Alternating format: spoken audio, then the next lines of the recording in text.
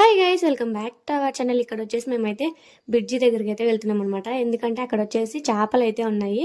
మా వాడు అంతకుముందు ఎప్పుడో చూసాడంటే రోజు గోల్ చేస్తున్నాడు అనమాట. తీసుకెళ్ళినాగా చూద్దాం చేపలు అనేసి. సో ఇంకా అక్కడే పక్కనే ఆవాల చేను కూడా ఉందనమాట. అక్కడైతే ఆవాలు వేశారు.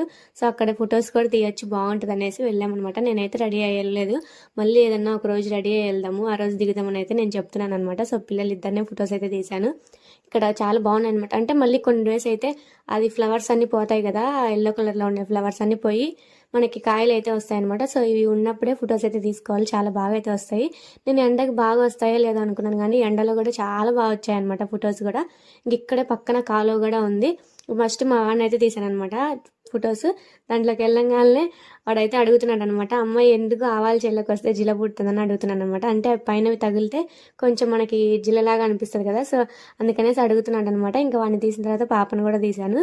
చాలా బాగా వచ్చాయి ఫొటోస్. వాడి షర్ట్ ఏమో దాంట్లో కలిసిపోయినట్టుగా అనిపించింది, కానీ పాపలు అయితే సూపర్గా అయితే ఉందనమాట. చాలా బాగా వచ్చాయి ఫొటోస్ అన్నీ కూడా.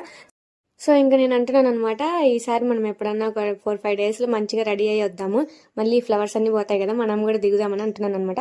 సో ఇంక ఇక్కడ నుంచి నెక్స్ట్ చేపలు చూడడానికి అయితే వెళ్ళామన్నమాట. నెక్స్ట్ వీడియోలో పోస్ట్ చేస్తాను. అంతే వీడియో. Bye guys.